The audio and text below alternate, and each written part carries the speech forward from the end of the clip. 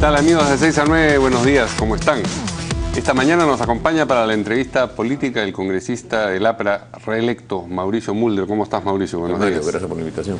Bien, ¿van a integrar la mesa directiva? ¿Están dispuestos a integrarla ustedes solos junto con el fujimorismo? Porque a este paso parece que esa es una posibilidad seria. Aunque acabo de leer unas declaraciones de Richard Acuña que dice que ellos de todas maneras quieren participar también, o sea que si Acción Popular decide no hacerlo, porque también ahí tienen una discusión, sí, hay una discusión, por lo menos hay opiniones encontradas. Una cosa es lo dicho por Lescano y otra la dicha por Del Águila. Y Del Águila. Sí. Yo creo que el lunes vamos a tener un panorama más claro, porque la mayoría de bancadas esperan un poco ver el tema del gabinete. Nosotros también, el lunes nos vamos a reunir, el lunes decidimos todo. Decidimos quién va a ser el vocero, quién va a ir a la comisión que nos va a tocar, todo ese tipo de tampoco cosas. Saben cuál podrá ser la comisión que les va a tocar. Ni idea, eso ya comienza a discutirse a mediados de agosto. Y creo que... ¿No es razonable elegir a la persona que va a la comisión que les toca en función de qué comisión les toca? Exactamente, ¿no? Pero ya se sabe más o menos qué comisiones están requiriendo los fujimoristas, entonces el perfil de las que quedan es un perfil, por decirte, yo no podría asumir la comisión de Agricultura, no soy especialista en el tema y me parece que eso sería caer en un contrasentido. Uno debe ir más o menos a las comisiones en las que se siente especialista. Pero bueno, todo eso lo vamos a decir el lunes. ¿Cuáles son las objeciones o las cosas que seguramente vamos a discutir? En el tema de la mesa, bueno, a mí no me parece que una mesa sea entre dos organizaciones, una de 73 y otra de 5. No es multipartidaria, no es el objetivo. Si hay una más, por lo menos. Eso sí, la sensación de una alianza política. De una alianza política. Son dos nada más. Lo segundo es que tampoco sabíamos, porque eso lo hemos leído en los periódicos, que el fujimorismo proponía ya de frente dos en la mesa, ¿no es cierto? Y han propuesto a la congresista electa Bartra. Y lo cierto es que ella, pues, en tu programa ha tenido un poco auspicioso debut, pues, porque ya se lanzó con un esquema que a nosotros nos parece... Esa era la otra pregunta. ¿Están dispuestos a integrar una mesa directiva no solo con el fujimorismo, sino con alguien que va de vicepresidente que se ha manifestado, digamos, favorable o que considera necesario que en determinadas circunstancias se pudiese disolver el poder del Estado al que ahora va a integrar, ¿no? El fujimorismo no ha en ningún momento renegado y hasta ha aplaudido siempre el golpe de Estado. Y eso es lo que yo le he venido reclamando durante todos estos meses en campaña electoral. Pero Keiko Fujimori en entrevista dijo, en esta campaña, que no sería... que nunca debió ocurrir. Sí, ya. Pero digamos, ahí tiene que haber un esquema ya en el sentido de decir que ellos... de ninguna manera pueden aceptar que haya alguna posibilidad de que sea un golpe de Estado, cosa que nunca, porque siempre reivindican el 5 de abril del 92. Y yo creo que todos lo piensan, pero el que se diga, se exteriorice en estas circunstancias en las que se está construyendo esto, demuestra una enorme impericia política también por parte de esta señora Bartra. Y entonces, a mí, por lo menos en lo personal, me causa bastante, digamos, desazón el tener que ocupar una vicepresidencia, que encima es la segunda, porque la señora va a ir a la primera, de una persona que no tiene ninguna pericia política y lo está demostrando en su primera entrevista. Y entonces... pero sé que también la política requiere a veces de los espacios y nosotros como partidos hemos acordado estar en el espacio del legislativo y estar en el espacio del ejecutivo, no en el sentido de un puesto, pero sí apoyando al gobierno, votando a favor de las facultades y de la confianza, ¿no? Sí, te entiendo. Si alguien más, hay cuatro cupos, digamos, en la mesa directiva. Ya sabemos que presidencia y primera vicepresidencia la va a tener el fujimorismo. Quedan dos. Una podrían ser ustedes en la eventualidad de que la que queda todavía libre sea ocupada por un tercer partido. Sí, esa es una fórmula aceptable para ustedes. Esa es una fórmula aceptable, pero además al mismo tiempo creo que deberíamos también hacer una contrapropuesta en el sentido de que la primera vicepresidencia podría estar en uno de esos dos partidos y no necesariamente en ellos, porque si lo que están buscando es que de los 4 miembros, 2 sean fujimoristas por cualquier discrepancia que haya, perfectamente puede ser la segunda o la tercera vicepresidencia a la que vaya la señora Bartra y no necesariamente la primera vicepresidencia, pero en fin, esos son temas de contrapropuesta que vamos a hacer porque todavía tampoco hemos tenido una sola conversación oficial, ¿no? Y en lo que se respecta al proceso de toma de decisiones, también nos interesa saber cuál va a ser el gabinete del Consejo de Ministros para saber exactamente qué posición vamos a tomar de cara a la conversación que hemos tenido con Fernando Zavala frente al gobierno, Nosotros hemos dicho que vamos a votar a favor de la facultad y a favor de la confianza. Las facultades así a faro cerrado todavía no saben cuáles van a ser. Pero no a faro cerrado. O sea, tenemos la proclividad a querer hacerlo, lo que queremos es que nos vengan a contar. Y además él ha ofrecido que va a hacerlo. Sí. Lo que nos preocupa es que en la formación del gabinete haya cuotas políticas que se estén pagando, bueno, facturas singularmente que se estén te preocupa a ti, porque tú eres el que te has pronunciado respecto de Saavedra sí. y respecto de la actual ministra de O sea, me he Social. pronunciado con respecto al hecho de que le tengan que poner 2 ministros al actual gobierno. O sea, ¿cuál es el pacto con el actual gobierno para que 2 ministros, y además una de ellas, la señora Bustamante, que es persona absolutamente de confianza de la señora Nadine Heredia. Pero no es el caso del señor Saavedra, ¿no? Bueno, no, sí, de absoluta confianza también. O sea, aquí en este gabinete, en este gobierno... No hay nadie que pueda estar en el gabinete sin que pueda decir yo discrepo de la señora, no hay nadie. Pero si los parlamentarios... No, pero yo discrepo y ser de absoluta confianza son 2 niveles distintos. Ya, pero primero, no hay ningún yo discrepo, y segundo es, sí hay bastante confianza. Todos ellos... Además, el señor Saavedra ha ejecutado a rajatabla una estrategia del gobierno, promovido por la señora Nadine Heredia, el señor Ollantumala, teniendo como instrumento al señor Mora, de tomarse las universidades. Ahora en San Marcos mismo hay todo un proceso por el cual le van a devolver la universidad a la izquierda, ¿no? Han tachado a me ponen que sea otro, y es todo un proceso político. Y bueno, entonces lo que nosotros creemos que es que una persona que no ha mostrado más que teoría, o sea, el señor Saavedra tiene de bueno el no haber seguido el desastre de la señora Salas, que fue la primera ministra de Educación que tuvo este gobierno. Entonces recuperó un poco el tema de la carrera pública magisterial y algunos lineamientos básicos, pero que todos se habían dejado del gobierno anterior. Sí. Pero es una persona que tiene bajísimos niveles de ejecución, se le ha dado más presupuesto, pero tiene menos de 40% de ejecución. Pero además es una persona que, a mi modo de ver, ha sido la principal responsable del desastre que es la ley universitaria. Mira tú cómo están todas las universidades públicas, tomadas, llenas de violencia, cuestionamientos, temas judiciales. Si tú comparas lo que eran las universidades públicas antes, con todos los problemas que tenían, con lo que es ahora, tienen esos mismos problemas, más todo un caos interno motivado por su intervencionismo. Así que, entonces yo le pregunté al señor Zavala, ¿cuál es que le deben algo al gobierno? Pero, ¿por qué ¿tú tienes la impresión de que en la eventualidad de que en efecto pusieran a Saavedra, eso tendría que ver necesariamente con un grado de acuerdo político o de voluntad de complacer al gobierno saliente? ¿Qué explicación hay?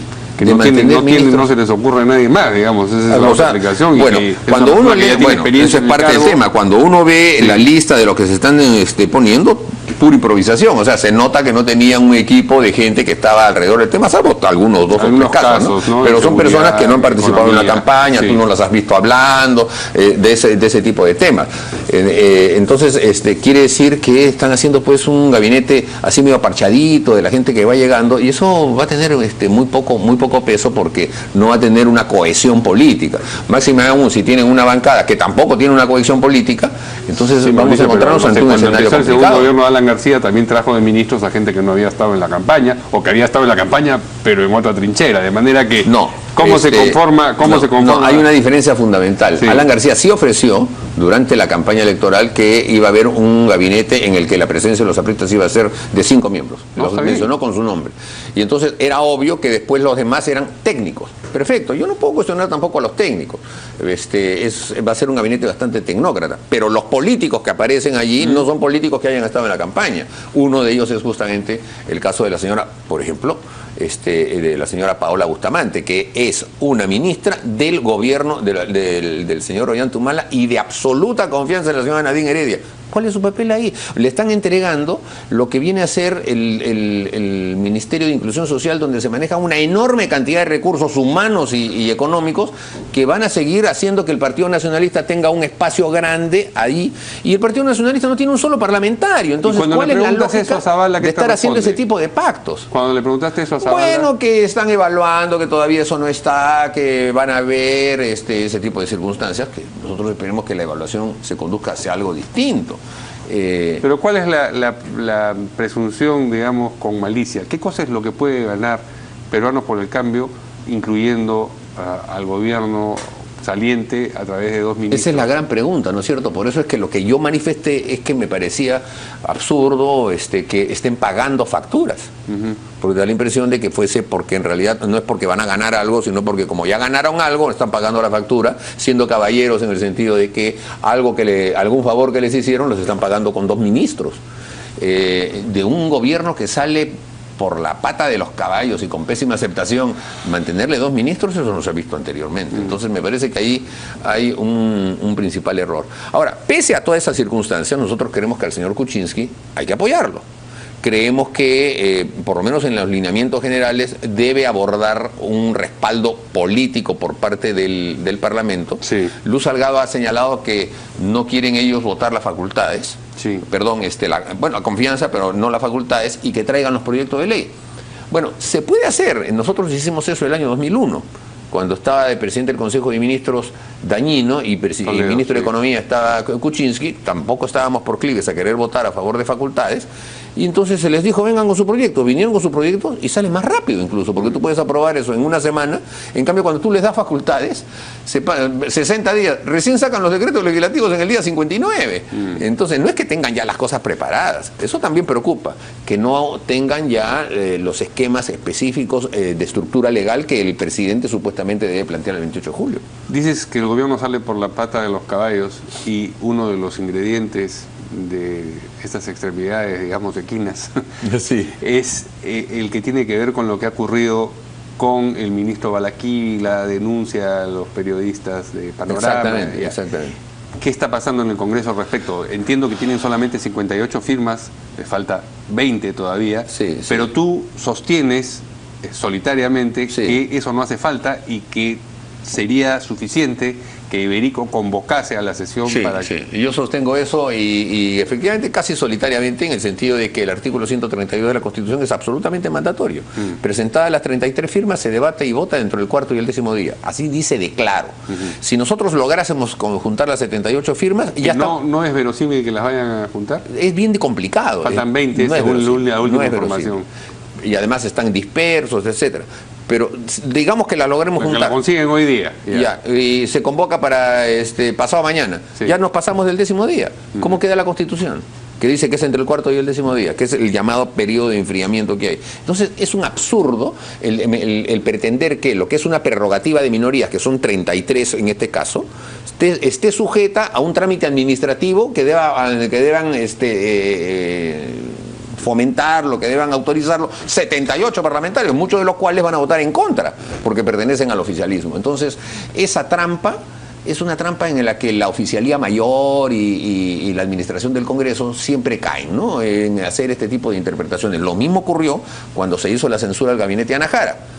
Siempre en la historia política del Perú y en cualquier parte, y además en todos los tratados de derecho constitucional, se supone que cuando tú censuras al presidente del Consejo de Ministros, estás censurando al gobierno, pero como no puedes censurar al presidente de la República, en la persona del presidente del Consejo de Ministros censuras al gobierno. Se tienen que ir todos. Este gobierno nos inauguró la tesis de que no, la que se iba era solamente la presidenta del Consejo de Ministros, y volvieron a poner a 4 o 5 ministros. Y con el beneplácito de muchos que decían, no, bueno, sí, es que aquí, haciendo interpretaciones antojadizas, que deberían en su momento merecer un análisis mucho más claro. Entonces, este tipo de cosas son las que molestan a veces, ¿no? Como en el Parlamento hay interpretaciones antojadizas y no se pueden hacer las realizaciones que la Constitución. Ahora, aparte de la establece, discusión de lo que indica el reglamento, está la discusión política de qué cosa es lo que corresponde hacer, si efectivamente sancionar de manera política, valga la redundancia, a este gobierno a través del ministro Balaquivi. Antes Los Flores estuvo acá antes de ayer, decía, ¿ya para qué dispararle a un muerto? Claro, eso es lo mismo que decir, sí, jefecito, me pasé la luz roja, pero no he chocado, no pasó nada, pues déjeme ir nomás, ¿no es cierto? La criollada. ¿Para qué dispararle a un muerto? ¿Qué tiene que ver? La persona comete en el ejercicio de su función un acto que va en contra de la Constitución, que es el abuso de poder para agredir a un programa periodístico, o sea, hace un atentado contra la libertad de prensa y encima para ocultar un caso de corrupción. Entonces, no, ya se va, déjalo ahí. Tiene que haber una sanción, tiene que haber una correspondencia. La política es una, probablemente la penal, ¿no?, venga después. Pero, como, no, ya se va, déjalo ahí nomás, me parece una criollada de su ex ministro de Defensa, de Antero Flores. De nuestro ex ministro de Defensa, que venga con esa posición de perdonavías. Con razón quedó último pues en el proceso electoral, se lo digo con todo cariño a Antero, pero con ese tipo de posiciones no cautivó a la ciudadanía. No creo que haya sido eso, pues más bien él quiso lucir duro, dijo elevar las penas, pena de muerte, creo, en fin, tenía, no, pena de muerte no, pero ¿Tú te refieres a esos carteles en los que aparecían con Caremalo? Claro, a eso me refiero. Yo creo que eso le terminó asustando, más bien que... Dicho todo esto y volviendo al Congreso, la selección de la señora Salgado como la candidata del fujimorismo, ¿qué te pareció para la presidencia y Congreso? Bueno, creo que es una atribución de ellos elegir a quien quiera. No, es indudable. Hay que respetarla. Yo me sorprendí un poco, claro, su nombre se empezó a vocear antes, pero yo pensé que iban a buscar a alguien que tuviera mayor correlación con el discurso que se dio, en el sentido de que hay una renovación de cuadros y de personas. La salida de Marta Chávez y de Alejandro Aguinaga era eso. Pero yo creo que, vista las consecuencias del resultado... ¿Es lo mismo Marta Chávez que Luz Salgado? Pues claro, son dirigentes de primera hora y son dirigentes de mucha experiencia y de mucha capacidad. Entonces no hay explicación de que le hayan pedido a Marta Chávez que no esté y a Aguinaga también que no esté, porque ya vamos a romper con la vieja guardia, y la primera que presentan es la única que quedó de la vieja guardia, que es Luz Salgado. Pero en fin, esas son ya las apreciaciones que uno puede tener, pero que no cambian las cosas. Luz Salgado es una congresista de mucha experiencia. Eso es importante. Yo creo que la mesa directiva no puede estar en personas de línea tan dura como lo ha sido Marta Chávez. Yo sí sé que viene de las mismas épocas. Bueno, yo hace, no sé, 6 meses, 8 meses, estuve con ella sin proponerle un debate en este mismo sede, pero en otro programa, en el que ella defendía abiertamente el golpe de Estado, ¿no? Y decía que habían hecho el golpe de Estado por el desastre aprista, y encima nos dijo de que nosotros habíamos dejado a Montesinos, se lo habíamos dejado a ellos. No sé de dónde sacó ese tema, pero que aunque lo hubiéramos dejado nosotros, que es falso, vivieron con él 10 años, ¿no? Pero...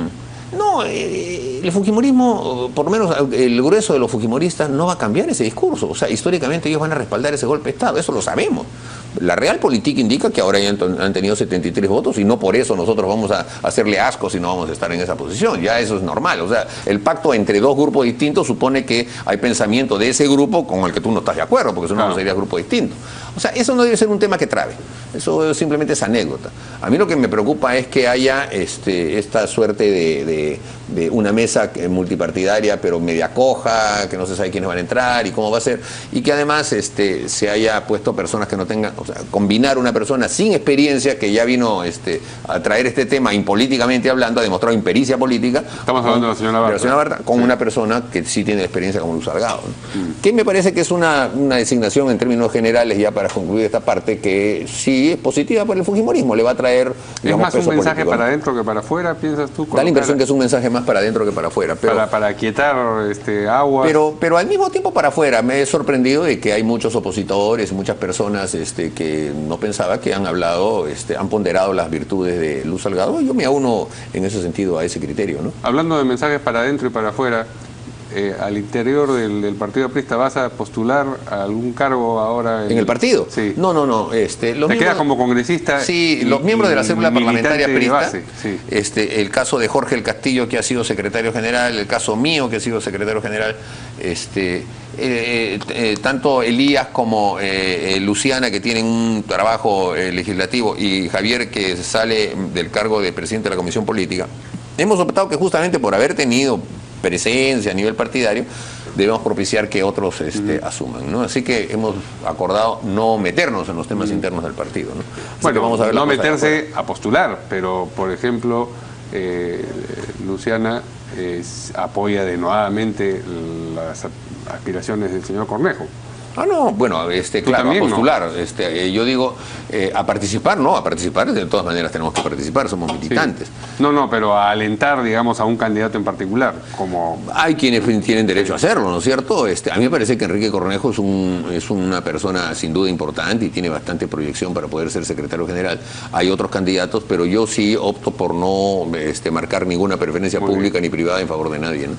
Muy bien, se nos acabó el tiempo, Mauricio. Muchas Gracias, mi querido Mario. Volveremos a estar por acá para conversar de otros temas próximamente. Nos vemos bien. el lunes ya aquí de 6 a 9. Buenos días.